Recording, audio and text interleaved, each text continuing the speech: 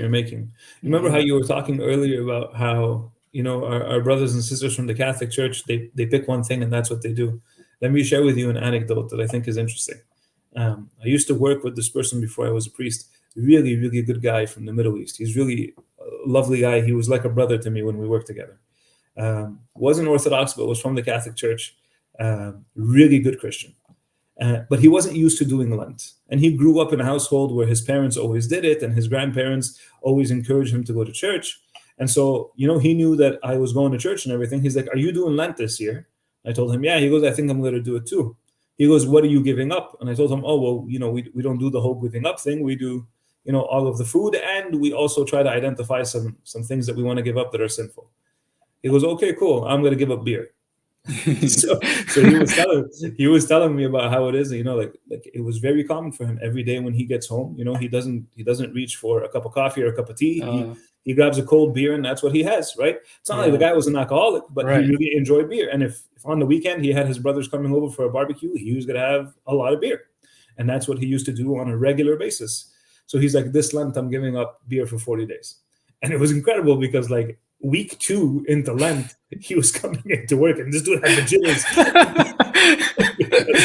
because he really missed beer. He really missed beer. So it was really tough for him. But I will never forget, he came back on, I don't know how it is in the US, but like after Easter here in Canada, is always Easter Monday. And so nobody comes to work on Monday. Everybody always comes in on the next Tuesday. This guy comes in on Tuesday and he's hungover. And he's hungover because he spent all of Sunday and all of Monday going through cases and cases of beers because he missed it so much. So when he came in, I'm like, "What'd you do?" He's like, me and my brothers was just like, we went nuts. Like we had a big hamburger, we had a big barbecue, and we roasted this big lamb, and like we pigged out, and we had tons of beer, and like I missed it so much. I'm like, "So what was the point?" I thought, what was the point? Like, you literally say that to him? Yeah. Well, we were very close. We were really like brothers.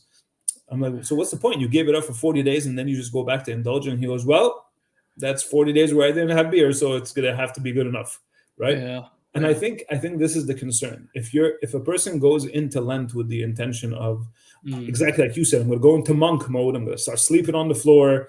I'm going to start like only eating dirt and not eating anything else. I'm going to not sit down and only stand up," like whatever misconceptions we have about what it means to be spiritual.